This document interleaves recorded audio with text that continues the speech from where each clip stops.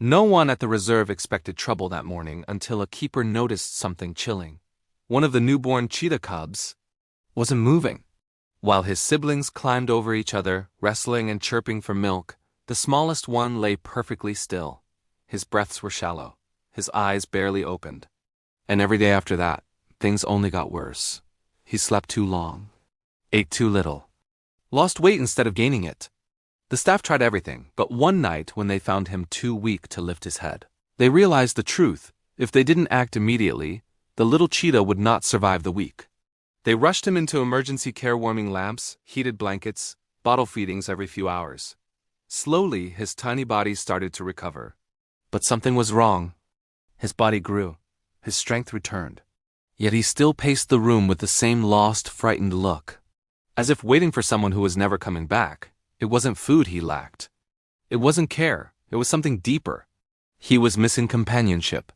Young cheetahs grow by watching, learning, mimicking another animal. Without his mother, without siblings, he was alone, too scared to explore, too uncertain to trust the world around him. The team held an emergency meeting. They knew the cub wouldn't make it emotionally unless they found a solution. And that's when someone suggested something crazy. What if we bring in a companion? A dog? A risky idea.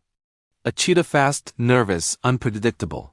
And a puppy fearless, clumsy, bold. Could such opposites even coexist?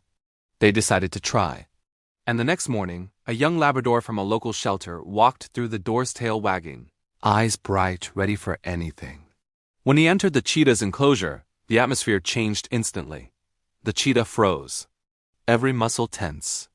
Every instinct screaming to stay back. The Labrador didn't hesitate. He trotted forward with the confidence of a puppy who believed the whole world was meant to be his friend. Visitors say that first meeting felt like watching two storms collide: quiet tension in the cheetah, unstoppable energy in the dog. The dog sat down right in front of the cub and waited. A long, heavy silence. Then, the cheetah took one tiny step forward. A test, a question. The Labrador responded with a gentle bounce and invitation. That was the moment everything shifted. The next day, they chased shadows together. By day 3, the cheetah was sprinting for the first time, really sprinting, with the dog desperately trying to keep up. By day 7, the cheetah was no longer the weak cub who couldn't stand. He was confident, curious, alert. But what shocked everyone came later. One afternoon, the cheetah curled up beside his new friend, resting his head on the Labrador's chest. The dog didn't move an inch, not even to scratch an itch, afraid to disturb him. And from then on, something beautiful began. The cheetah started protecting him.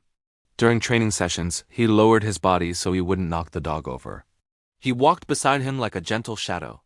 He groomed him, nudged him, guarded him.